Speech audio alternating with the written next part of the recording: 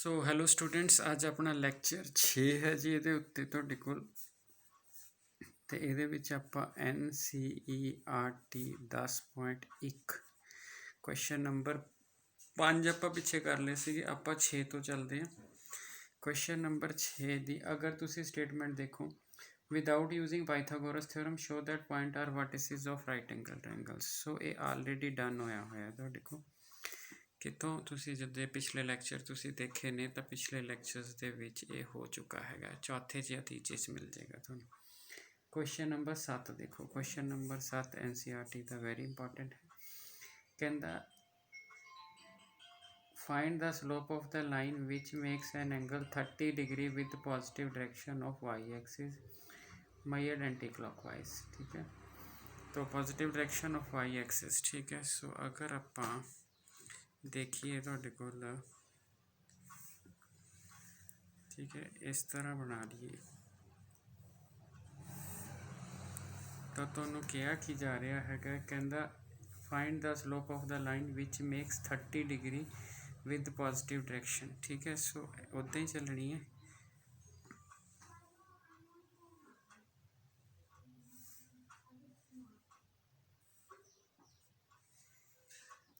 ठीक है जी, सो इनू मैं 30 डिग्री कह ला। वाई एक्सिस बनाती, वाई एक्सिस तो पॉजिटिव ऐ चलना एंटी क्लॉक, इतों क्लॉक तो ऐ चलूगा ना एंटी क्लॉक। खैर उसने लिखी दिता एंटी क्लॉक, तो तुहानू पता लग गया। जे नहीं भी है तो तुसी एंटी क्लॉक चलाना है। सो तुहानू ये भी पता लग गया। ठीक है, तो आपा ने क्या किया तुहाडे कोल जिहड़ा हैगा है। हाँ, इत्थे एक चीज़ है जिहड़ी तुहाडे कोल बई तुहानू ये नहीं पता तुहाडे कोल कि तुहाडी लाइन ओरिजिन चो पास करती है कि नहीं। उस विच जिहड़ा क्वेश्चन हैगा पॉजिटिव डायरेक्शन ऑफ जिहड़ा हैगा वाई एक्सिस मेजर्ड मीनस आपां नू क्वेश्चन दे विच ये कहा गया हैगा है find the slope of the line, है ना। तो slope of the line which makes 30 degree with positive direction of Y axis. मतलब वाई एक्सिस नाल आपां 30 डिग्री जे इस तरह बनाइए तो मैं ओरिजिन ले लिया, है ना। बट इत्थे बंदा क्वेश्चन राइज करता सर थोनू क्या पता ओरिजिन, वाकई नहीं पता। एक ऑप्शन आप आ लेके चलिए। ठीक है भाई, मेरी लाइन है ना, लाइन तो इदा भी हो सकती है। यस, हो सकती है, इदा भी हो सकती है। पर ओरिजिन एक आप बेनीफिट थोड़ी लेना ओरिजिन का। ठीक है, सो ए वाली रहेगा। पर तुसी 30 डिग्री इत्थे भी तो बना ही सकते हो। ठीक है, सो ये बैटर ऑप्शन है जी ਇਹਦੇ ਨਾਲੋਂ, क्योंकि तुसी 30 डिग्री बनाती। ठीक है, बट इत्थे तुसी ठीक है तुसी इस तरह कहो तुसी, पर इत्थे कुछ क्वेश्चन बच्चा क्वेश्चन करूगा ही सर तुहानू किवें पता है भी ओरिजिन चो निकलती नहीं। मैनू नहीं पता हैगा तुहाडे कोल। सो कुछ डायग्राम्स ऐसियां होंदियां जिहड़ियां क्वेश्चन करन लई आपां ने अपनी समझ के हिसाब नाल बनाणियां होंदियां। तो आ ज़्यादा बैटर है। ठीक है, क्योंकि इत्थे एक आपां पॉइंट की बेसिक कंसिडरेशन लै ली, आपां एक एक्सट्रा पॉइंट की हैल्प नहीं लै सकते होंदे। ठीक है, सो ये बैटर है जी। जे इदा बनी होवे थोड़ी बुक च फिर रहन देना, इदा कर लेना। हुण तुहाडे कोल जिहड़ा हैगा क्वेश्चन तो कुछ नहीं किया, क्वेश्चन तो सिर्फ इन्ना की है फाइंड द स्लोप, है ना। स्लोप तो एक्स एक्सिस नाल ही निकले तो पता लगनी। सो ये 90 डिग्री आप यूज़ कर लाँगे। ठीक है जी, इत्थे दिक्कत भी आनी सीगी, सो इसनू कट देना। तो ये आपां ने इस तरह यूज़ जिहड़ा हैगा तुहाडे कोल ये 90 डिग्री ए वर्टिकली अपोजिट एंगल 30 डिग्री 90 ते 120 आ कितना आ गया 60। ठीक है जी, जे ये वाली चीज़ 60 आ गई तो थोड़ा पता लग जूगा कि आ 120 डिग्री आ जूगी। मेरा ख्याल है ये चीज़ां छोटे बच्चे भी कर लेंदे ने। तुहाडे कोल तां जिहड़ी स्लोप हुंदी है वो तो हुंदा tan of positive tan of angle which the given line makes with x axis. ठीक है जी, सो ये वाली चीज़ होगी। जे इत्थे बनाते तो बनाते गल कुछ नहीं सी, पर आपां नहीं बनानी। सो टेंजेंट 120 डिग्री, सो इनू असीं टेंजेंट 180 डिग्री माइनस 60 डिग्री करना है। तो 180 माइनस 60 अपन जो किया तुहाडे कोल तो माइनस आ जाऊगा, टेंजेंट 60 डिग्री आ जाऊगा। सो टेंजेंट 60 डिग्री तुहाडा √3 होंदा। सो ये तुहाडा क्वेश्चन आ गया। हाँ जी, मेरा ख्याल है जी तुसीं आराम नाल कर पाओगे। तुहाडे कोल जिहड़ा हैगा सो ये डायग्राम बना लेना जी। इस विच मैं तुहानू पहला कहा कि एक प्रिविलेज हो जाएगी ओरिजिन की, बट आपां नू किते नहीं कहा ओरिजिन चो पास करती है तां करके। ठीक है, तो जिहड़ा हैगा तुहाडे कोल आपां चलीए। जे तुसीं कहोगे सर ये ਤਾਂ ਇਹ ਵੀ ਜਾਣਾ ਹਾਂਜੀ ਆਹ 90 ਹੋ ਜਾਣਾ ਤੇ 120 ਹੋ ਜਾਣਾ ਠੀਕ ਹੈ ਨਾ। ਸੋ ਇਹ ਵੀ ਹੋ ਸਕਦਾ ਪਰ ਇਹ ਪ੍ਰਿਵਿਲੇਜ ਹੈ ਇਸ ਵਿੱਚ ਤਾਂ ਮੈਂ ਇਸ 'ਤੇ ਘਾਟਾ ਮਾਰਿਆ ਤੁਹਾਡੇ ਕੋਲ ਠੀਕ ਹੈ। ਜੇ ਕੋਈ ਬਣਾ ਦੇਵੇ ਤਾਂ ਬਣਾ ਵੀ ਦੇਵੇ 11th ਕਲਾਸ 'ਚ ਚੱਲੀ ਜਾਂਦਾ ਤੁਹਾਡੇ ਕੋਲ ਠੀਕ ਹੈ ਜੀ। ਸੋ ਹੁਣ ਆਪਾਂ ਆ ਜੀ ਅੱਗੇ ਕੁਐਸਚਨ 'ਤੇ ਤਾਂ ਕੁਐਸਚਨ ਨੰਬਰ 7 ਤੱਕ ਹੋ ਗਏ। ਮੈਂ ਸੀਰੀਅਲ ਵਾਈਜ਼ ਚੱਲ ਰਿਹਾ ਜੀ ਬਿਲਕੁਲ ਹਾਂ ਪਰ ਜਿਹੜਾ ਕੁਐਸਚਨ ਮੈਂ ਆਲਰੇਡੀ ਲੈਕਚਰ 'ਚ ਡਿਸਕਸ ਕਰ ਚੁੱਕਿਆ ਉਹਨੂੰ ਤਾਂ ਨਹੀਂ ਮੈਂ ਦੁਬਾਰਾ ਲਊਂਗਾ ਠੀਕ ਹੈ। ਸੋ ਇਹ ਆ ਗਿਆ ਤੁਹਾਡਾ ਕੁਐਸਚਨ ਨੰਬਰ। ਹੁਣ ਆਪਾਂ ਨੇ ਕੁਐਸਚਨ ਨੰਬਰ 8 'ਤੇ ਆਈਏ। 8 ਵਿੱਚੋਂ ਕੀ ਕਹਿ ਰਿਹਾ ਹੈਗਾ ਤੁਹਾਡੇ ਕੋਲ। ਸੋ 8 ਵਿੱਚ ਤੁਹਾਡੇ ਕੋਲ ਜਿਹੜਾ ਹੈ find the value of X such that X -1 2,1 ਅਤੇ 4,5 ਸੋ ਇਹ ਕੋਲੀਨੀਅਰ ਹੈ ਔਰ ਤੁਹਾਨੂੰ ਯਾਦ ਹੋਵੇ ਬੇਸ਼ੱਕ ਚਾਹੇ ਮੈਂ ਆਹ ਕੁਐਸਚਨ ਕਰਾਇਆ ਨਹੀਂ ਕਰਾਇਆ। ਸੋ ਇਹਨੂੰ ਮੈਂ ਬੀ ਕਹਿ ਲਿਆ ਅਤੇ ਇਹਨੂੰ ਮੈਂ ਸੀ ਕਹਿ ਲਿਆ ਠੀਕ ਹੈ। ਤਾਂ ਤੁਸੀਂ ਸਿਰਫ ਇੰਨਾ ਕਰਨਾ ਸਲੋਪ ਆਫ ਏ ਬੀ ਨੂੰ ਸਲੋਪ ਆਫ ਬੀ ਸੀ ਦੇ ਬਰਾਬਰ ਕਰ ਦਿਓ ਤੁਹਾਡਾ ਐਕਸ ਨਿਕਲ ਜਾਏਗਾ ਕਿਉਂਕਿ ਕੋਲੀਨੀਅਰ ਇਹ ਤਾਂ ਲਾਈ ਔਨ ਸੇਮ ਲਾਈਨ ਹੋਣਗੇ। ਜੇ ਸੇਮ ਲਾਈਨ 'ਤੇ ਲਾਈ ਕਰਨਗੇ ਤਾਂ ਤੁਸੀਂ ਸਮਝ ਜਾਓ ਤੁਹਾਡੇ ਪਾਸ ਜਿਹੜਾ ਹੈਗਾ ਬਈ ਕੁਐਸਚਨ ਕੀ ਕਹਿੰਦਾ ਹੈਗਾ ਠੀਕ ਹੈ ਜੀ। ਉਸ ਤੋਂ ਬਾਅਦ ਹੈਗਾ ਤੁਹਾਡੇ ਕੋਲ ਸੋ ਇਹ ਤੁਸੀਂ ਕੁਐਸਚਨ ਕਰ ਲੈਣਾ ਜੇ NCERT ਤੁਹਾਡੇ ਕੋਲ ਹੈ ਆਨਸਰ ਤੁਹਾਨੂੰ ਮਿਲ ਜਾਣਾ x = 1 ਸੋ x = 1 ਤੁਹਾਡਾ ਆਨਸਰ ਆ ਜਾਏਗਾ ठीक है जी। सो चलिए जी नेक्स्ट क्वेश्चन पे। तो जो नेक्स्ट क्वेश्चन है क्वेश्चन नंबर 9 NCERT का कहता without using the distance formula show that these are the vertices of parallelogram ठीक है। सो पहला पैलोग्राम बना लिए फिर कह रहे हैं स्केल तो नहीं हैगी तुसी को बस मैं रफली बना ली तो क्योंकि जो स्केल तो होंगे फिर थोड़ी मैं लिख सकता हूँ 1 पॉइंट -2 तो 1 क्या मैं स्केल तो बना रहा नहीं 4,0 में दूसरा पॉइंट ले लिया 3,3 में तीजा पॉइंट ले लिया ठीक है जी। उस तो बाद -3,2 ये मैं चौथा पॉइंट ले लिया। ਹੁਣ ਉਹ ਕਹਿੰਦਾ ਵਿਦਾਊਟ ਯੂਜ਼ਿੰਗ ਡਿਸਟੈਂਸ ਫਾਰਮੂਲਾ ਕਹਿੰਦਾ ਡਿਸਟੈਂਸ ਫਾਰਮੂਲਾ ਤਾਂ ਆਪਾਂ ਤੁਹਾਨੂੰ ਵਰਤਣ ਦੇਣਾ ਨਹੀਂ ਗਾ ਤੁਹਾਡੇ ਕੋਲ ਤਾਂ ਤੁਸੀਂ ਜਿਹੜਾ ਹੈਗਾ ਇਹਨੂੰ ਪੈਲੋਗ੍ਰਾਮ ਸ਼ੋ ਕਰਨਾ ਹੈਗਾ ਤੁਹਾਡੇ ਕੋਲ ਠੀਕ ਹੈ ਜੀ। ਅਤੇ ਜਿਹੜਾ ਹੈਗਾ ਤਾਂ ਪੈਲੋਗ੍ਰਾਮ ਲਈ ਆਹ ਸਾਈਡਾਂ ਅਤੇ ਆਹ ਸਾਈਡਾਂ ਪੈਰਲਲ ਹੁੰਦੀਆਂ ਤਾਂ ਤੁਸੀਂ ਕੀ ਕਰੋ ਤੁਸੀਂ ਸਲੋਪ ਆਫ ਏ ਬੀ ਨਿਕਾਲੋ। ਜਿਹੜੀ ਤੁਹਾਡੀ ਸਲੋਪ ਆਫ ਏ ਬੀ ਹੋਏਗੀ ਉਹ ਆਹ ਵਾਲੀ ਅਤੇ ਆਹ ਵਾਲੀ ਲਾਈਨ ਦੀ ਸਲੋਪ ਹੈ ਨਾ ਚੈੱਕ ਕਰਨ ਲਈ ਇਹ ਵਾਲੀ ਅਤੇ ਇਹ ਵਾਲੀ ਅਲੱਗ ਤੋਂ ਕਰਾਂਗੇ ਠੀਕ ਹੈ।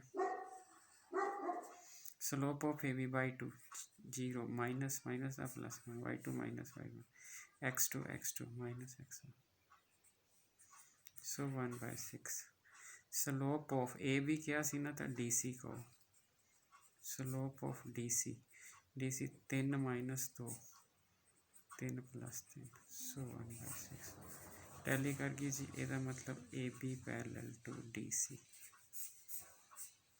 सो ठीक है जी। ए बी ਨੂੰ ਆਪਾਂ ਨੇ डी सी ਦੇ ਪੈਰਲਲ ਕਰ ਦਿੱਤਾ ਤੁਹਾਡੇ ਕੋਲ ਠੀਕ ਹੈ ਜੀ। ਹੁਣ ਹੋਰ ਕੀ ਕਰਨਾ ਰਹਿ ਗਿਆ ਤੁਹਾਡੇ ਪਾਸ ठीक है। ਹੁਣ ऐसे करना इसनों इस ते पैरेलल शो कर देना ਤੁਹਾਡੇ ਕੋਲ ठीक है जी। सो इसनों इस ते पैरेलल शो करना ਤਾਂ स्लोप ऑफ ए टी निकाल लेना ठीक है। तो स्लोप ऑफ ਜਿਹੜਾ ਹੈਗਾ ਤੁਹਾਡੇ ਕੋਲ बी सी निकाल लेना ਉਹ ਵੀ ਪੈरेलल शो कर देना ਤੁਹਾਡੇ ਕੋਲ। ਆਪਾਂ ਨੂੰ ਕੀ ਕਿਹਾ ਸੀ without using distance formula show that these are the vertices of parallelogram ठीक है जी। तो vertices of parallelogram ਹੁਣ ਇੱਕ ਹੋਰ ਚੀਜ਼ ਹੈਗੀ ਹੁੰਦੀ ਹੈ ਸਲੋਪ ਸਾਡੀਆਂ ਸੇਮ ਹੋ ਗਈਆਂ ਤੁਹਾਡੇ ਕੋਲ ਠੀਕ ਹੈ। ਆਪਾਂ ਨੂੰ ਵੈਲਿਊਜ਼ ਵੀ ਪਤਾ ਲੱਗ ਗਈਆਂ ਤੁਹਾਡੇ ਕੋਲ ਤਾਂ ਹੁਣ ਜਿਹੜਾ ਹੈਗਾ ਹੈ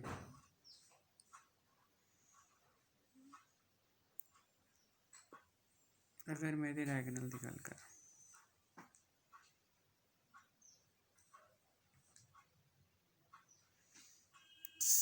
ਇਹਦੇ ਡਾਇਗਨਲ ਦੀ ਗੱਲ ਕਰਾਂ ਇਹ ਬਾਈਸੈਕਟ ਵੀ ਹੋਣੇ ਚਾਹੀਦੇ ਨੇ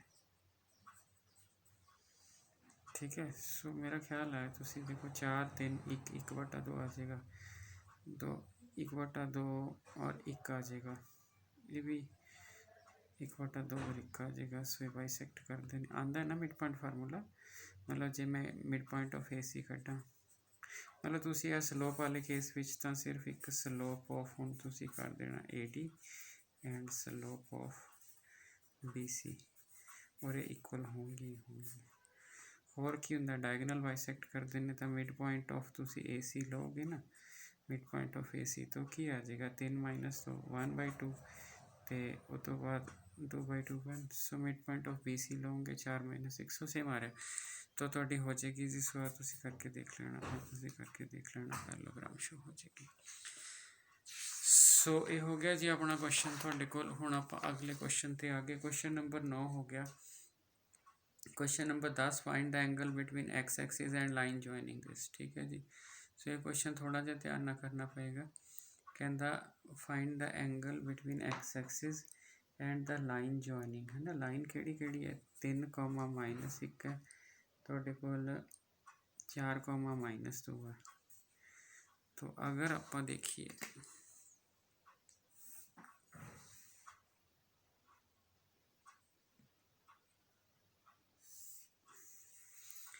तो 3,-1 1 2 3 3,-1 हो रहा रफ है, चाहे कोई दिक्कत नहीं।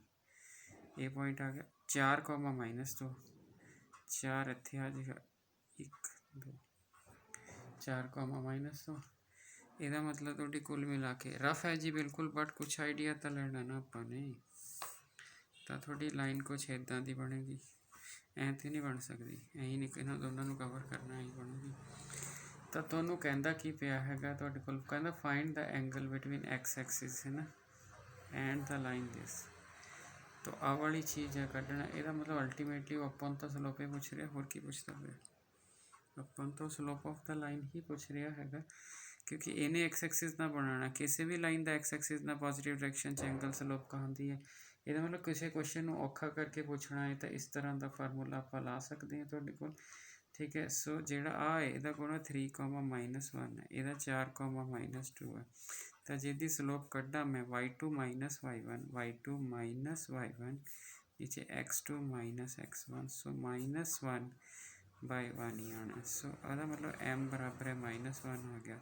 सो टेंजेंट थीटा जिहड़ा हुंदा वो हुंदा तुहाडे कोल m की वैल्यू -1 आ गई। टेंजेंट थीटा माइनस कदों हुंदा जदों थीटा 135 डिग्री हुंदा।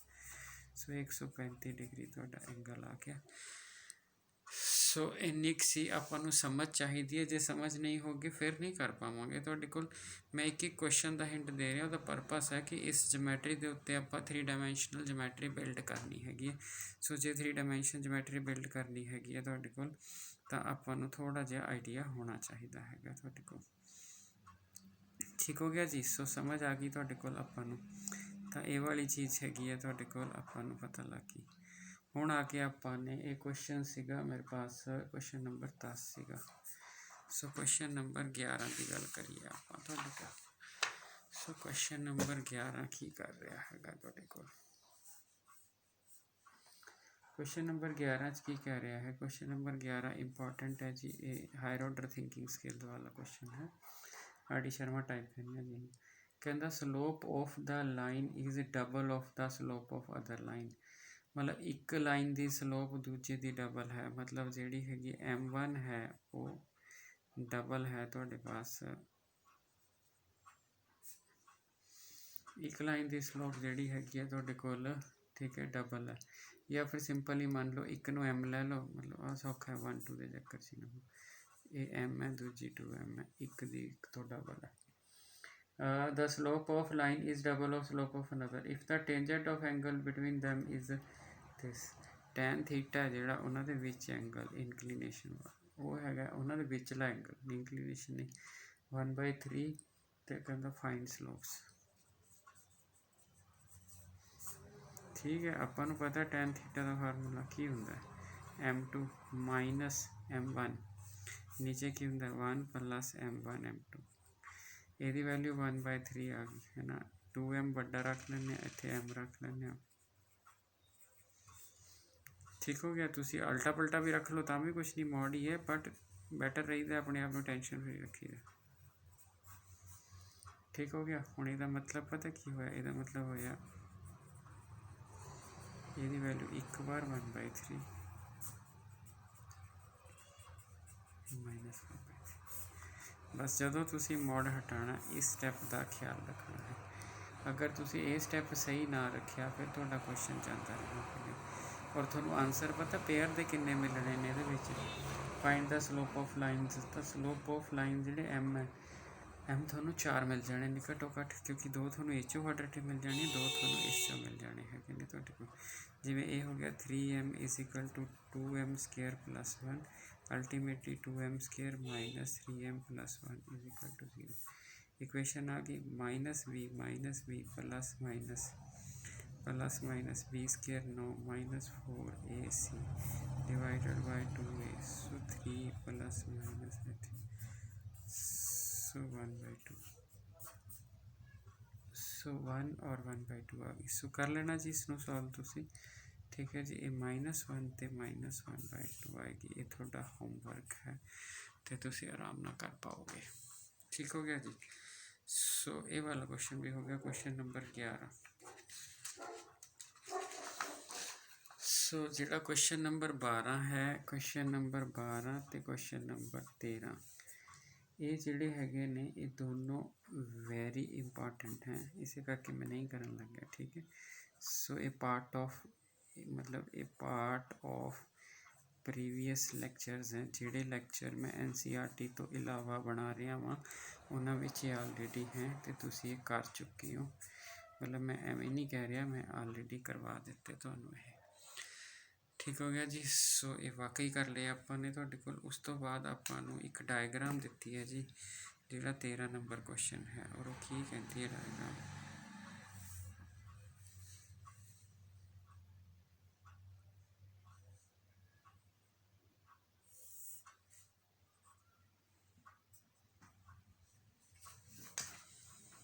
ठीक है जी, इस विच की है ना तुहाडे कोल इत्थे 87 है, 87 तो बाद 92 है जी, 92 तो बाद 97 है जी, 97 तो बाद 102 है जी, 102 तो अगे वाई एक्सिस लिखा हुआ है, इत्थे पापूलेशन है, पापूलेशन तो बुक हैगी है जी इन करोड़स।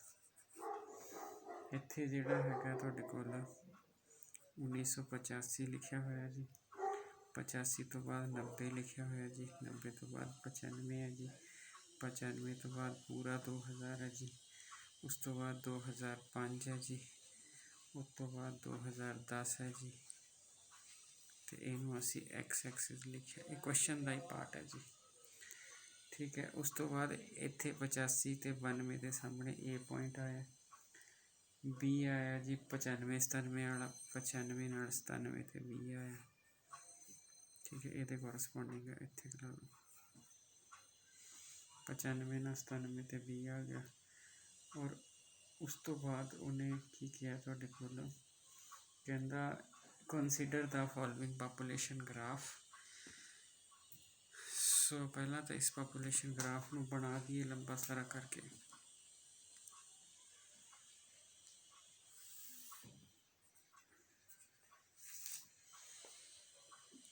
तो हुण स्टेटमेंट देख लीए जी आपां।